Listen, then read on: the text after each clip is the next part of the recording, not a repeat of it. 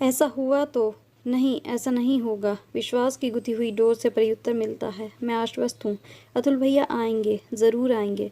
मन को सांत्वना देती हुई निगाहें घड़ी की सुइयों पर जा ठहरती हैं, जो मिनट मिनट में आगे बढ़ रही हैं। अपने मन में झांक कर देखना चाहती हूँ। मन में दबी हुई अतीत की परतें एक एक कर खुलती जाती हैं। बड़ी सी हवेली हमारी, चाचा जी, पिताजी और ताऊ जी, हम सब रहते हैं हवेली के अलग अलग हिस्सों में मिलकर। हम 3 भाई और 3 ही बहनें हैं। चाचा जी के 2 लड़के और 2 लड़कियां। बस ताऊ जी का एक ही बेटा अतुल अकेले है। न कोई भाई न बहन। मुझे याद है, तब मैं बहुत छोटी थी, जब मुझे ताई जी ने रक्षाबंधन के दिन गोदी में उठाकर कहा था कि ये मेरी छोटी बेटी है, ये बांधेगी अपने अतुल भैया को राखी। और उन्होंने जल्दी जल्दी मुझे नया फ्रॉक पहनाया, मेरे बालों में रिबन बांधा और छोटी सी थाली में रोली, राखी तथा मिठाई रखकर पकड़ा दी। ले बांध मीनू, अपने अतुल भैया को राखी। अतुल भैया ने एक बार मेरी ओर देखा, मुस्कुराया और फिर अपना हाथ आगे बढ़ा दिया। मैंने अपने नन्हे हाथों से राखी बांध दी और ताई जी ने मुझे चूम लिया। बस आज से ये मीनू ही है अतुल की प्यारी बहन, यही राखी बांधा करेगी अतुल को, उन्होंने कहा। और यह इबारत मेरे दिल पर बहुत गहरे अक्षरों में लिखी गई। इससे पहले अतुल भैया ने रो रो कर हवेली सिर पर उठा रखी थी। मैं भी अपनी बहन से ही राखी बंधवाऊंगा। लक्ष्मी, सोनाली, मधु, तीनों दीदी ने कोशिश की और फिर मंजू ने भी, पर 8 वर्ष के अतुल भैया किसी से भी राखी बंधवाने को तैयार नहीं थे। वे मचल रहे थे, रो रहे थे, चीख रहे थे। और जब मधु दीदी ने ज़बरदस्ती उनके हाथ में राखी बांधी तो उन्होंने उसे गुस्से में तोड़कर फेंक दिया। इनमें से कोई भी मेरी बहन नहीं है। अतुल भैया का रोना रुक ही नहीं रहा था। माँ, चाचा जी, ताई जी सब आंगन में खड़े थे। ताई जी की तो आंखों से आंसू भी बह रहे थे, अपने लाडले बेटे की जिद पूरी न कर पाने की विवशता में। करें तो क्या करें। इतने में उन्हें मेरा ध्यान आया और फिर से वे मुझे गोदी में उठाकर अतुल भैया के पास ले गईं। 3 साल की थी मैं जब ताई जी के कहने पर अतुल भैया मुझसे राखी बंधवाने को तैयार हो गए थे। बच्चे के चेहरे पर मुस्कान आते ही सबके उदास चेहरे खिल उठे। तब से मैं ही अतुल भैया को राखी बांधती आई थी। इसमें कभी कोई व्यवधान नहीं पड़ा। यूँ तो अवसर बहुत आए थे। हमारा मध्यम वर्गीय परिवार था और फिर घर में 6 बच्चे। पिताजी की आय भी बहुत अधिक नहीं थी, अतः बच्चों को अधिक नहीं पढ़ा सके। बड़ी बहनों की तो मैट्रिक करते ही शादी कर दी, पर मैं ज़रूर बीए कर पाई थी, वह भी जिद करके। जब मैं नहीं मानी तब पिताजी ने कहा, चलो पढ़ लेने दो आगे, आजकल के लड़के भी पढ़ी लिखी पत्नी चाहते हैं। तो क्यों, यूँ ही कहिए कि अच्छा लड़का मिल जाने के लालच में ही उन्होंने अपनी बेटी को आगे पढ़ने की आज्ञा दी थी और फिर मुझसे प्राइवेट परीक्षा देने के लिए फॉर्म भरवा दिया। मेरे दोनों भाई नौकरी करते थे और एक भाई किराने की दुकान चलाता था। सबकी गृहस्थी ठीक ही चल रही थी। सब अपने अपने घर परिवार में सुखी थे। मैं पता नहीं क्यों उस दिन से ही ताई जी की बेटी व अतुल भैया की बहन बनकर रह गई। सच पूछिए तो मुझे अपने भाई बहनों से इतना लगाव नहीं रहा जितना अतुल भैया से था। और है, मैं अधिकतर ताई जी के पास ही रहती, वहीं खाती, वहीं तैयार होकर स्कूल जाती। मेरे ताई जी के घर में एकाधिकार हो गया। वैसे तो वह मेरे सगे ताऊ जी हैं। धीरे धीरे समय बीतता गया। अतुल भैया इकलौते थे, अतः ताऊ जी के हिस्से की पूरी संपत्ति उनको मिली और उनके लिए ताऊ जी ने सोने के आभूषणों की दुकान खुलवा दी। हमारे परिवार में संपन्न वही थे। उन्होंने कार भी ले ली थी। भाभी भी अच्छे परिवार की थी। पिताजी ने मेरी भी शादी कर दी। 5 भाई बहनों की शादी का खर्चा उठाते उठाते उनका हाथ बहुत तंग हो गया था।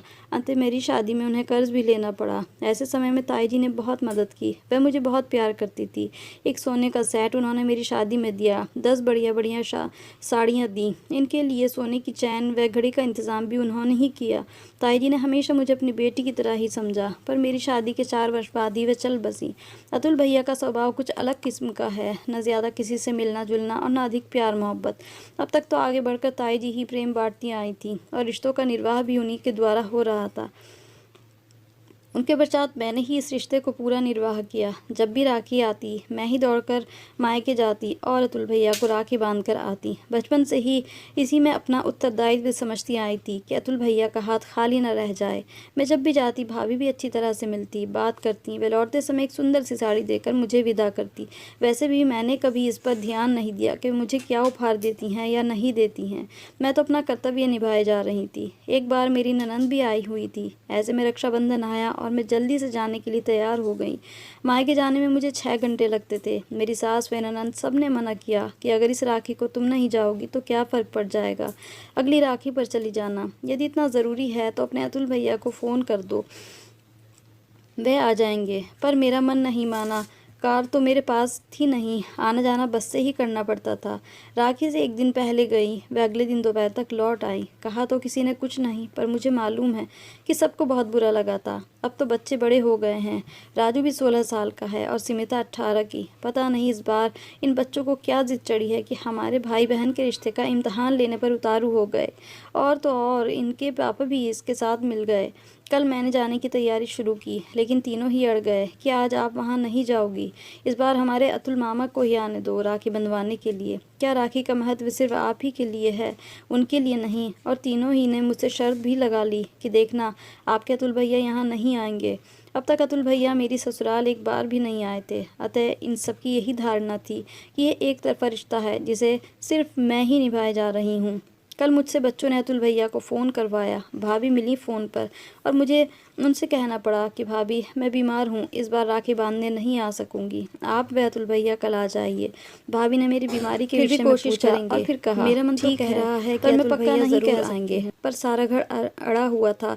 उन्होंने तो यहाँ तक कह दिया था तुम्हें बुरा लगता है, इसीलिए मैंने आज तक कभी कहा नहीं। पर अब मुझे लगता है कि तुम क्यों अकेले रिश्तों का बोझ ढोए जा रही हो। उतार फेंको इसे। आज इस बात की परीक्षा हो जाएगी कि ये रिश्ता सिर्फ तुम्हारी वजह से है या तुम्हारे अतुल भैया भी इसे मानते हैं। सुबह से मैंने काफ़ी तैयारी की थी, पर शाम के 4 बज गए, लेकिन अभी तक भैया का कोई अता पता नहीं था।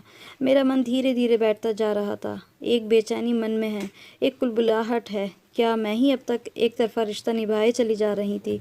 ओह, कहीं भैया भाभी ये न समझते हों कि मुझे कुछ लेने के उद्देश्य से ही उन्हें राखी बांधने जाती हूँ। अगर ऐसा है तो मेरे लिए इससे बढ़कर शर्म की बात और क्या होगी। अच्छा ही है, आज इस बात का पता चल ही जाना चाहिए। हमसे तो ये आज की पीढ़ी अधिक समझदार है, जो भावुकता में नहीं बहती, यथार्थ के ठोस धरातल पर पैर रखती है। 5 बज गए थे। मेरी निगाहें बार बार घड़ी की ओर उठ रही थी। सच पूछिए तो मैंने भी आशा छोड़ दी थी, भैया अब नहीं आने वाले। ज्यों ही 6 बजे मेरा धैर्य जवाब दे गया। स्मिता मेरी बेटी मेरे सामने थी और मैंने उसे कह दिया कि वह मेरा खाना लगा दे। मुझे लग रहा था कि पूरा घर मुझ पर मेरी बेवकूफ़ी भरी भावुकता पर हंस रहा है। अब जो है सो है। मुझे इन सब का धन्यवाद करना ही चाहिए कि इन्होंने असलियत से मेरा परिचय करवा दिया। मुंह में निवाला डालने ही वाली थी कि लगा घर के बाहर कार आकर रुकी है। दौड़कर दरवाज़ा खोला तो देखा अतुल भैया, भाभी व राहुल उतर रहे हैं। पता नहीं मुझे क्या हुआ कि भाभी से लिपटकर मैं फूट फूट कर रो पड़ी और वह हैरान से मुझे चुप करा रही थी। अतुल भैया मेरी पीठ थपथपाकर कह रहे थे, क्या हो गया है तुझे? क्या तबीयत ज़्यादा ही ख़राब है? मुझे एक पार्टी को बहुत ज़रूरी सोने का सेट बना कर देना था, इसीलिए देर हो गई। और देख मैं तेरे लिए क्या लाया हूँ। मैं उनसे कह नहीं पाई कि आज अगर आप ना आते तो बच्चों ने जो मेरी अग्नि परीक्षा ली थी उसमें मैं बहुत बुरी तरह असफल होती। थोड़ी देर में मैं भैया के हाथ पे राखी बांध रही थी और भाभी मुझे प्यार से सोने की चैन पहना रही थी। मैं मन ही मन कह रही थी, भाभी आप मुझे सोने की चैन के बदले एक फूलों की माला ही दे दिया करो, जिससे रिश्तों का बोझ मैं सहर्ष उठा सकूं।